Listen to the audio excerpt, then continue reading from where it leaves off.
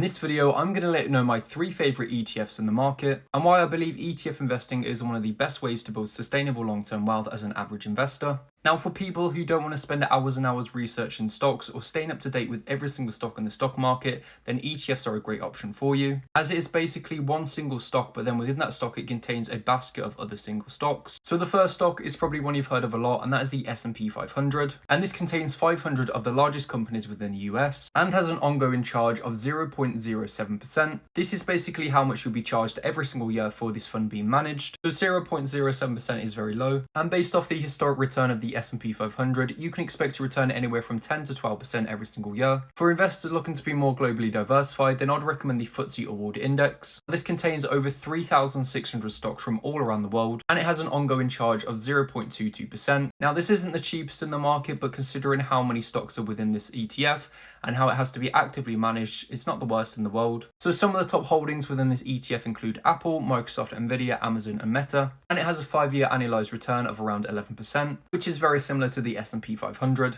And my third and final favourite ETF is the Investico QQQ, which is more tech focused and for investors looking for a high return. But at the same time, you will have to deal with more volatility and risk as it isn't as diversified as the others. So the Investico also pays a 0.34% dividend yield. The other two I previously mentioned do also pay a dividend yield as well. And it has an ongoing fee of around 0.3%, which is quite high. Includes some big companies such as Nvidia, Microsoft, Apple, Amazon, and Broadcom. Although you are paying a higher ongoing management fee, the Nasdaq 100 usually outperforms things such as the S&P 500 and the Footsie Index, and that is because it's more tech-heavy focus, and obviously tech has done very well in recent times. So the average annualized return for the Nasdaq 100 is around 17.71%. Of course, there's no guarantee you'll be able to sustain this going forward. I also do need to mention that nothing within this video is financial advice, so if you do decide to invest into any of these ETFs in the video, please make sure to do your own research beforehand. If you did enjoy this video and want to see more finance videos from myself, make sure to follow my page and double tap the screen.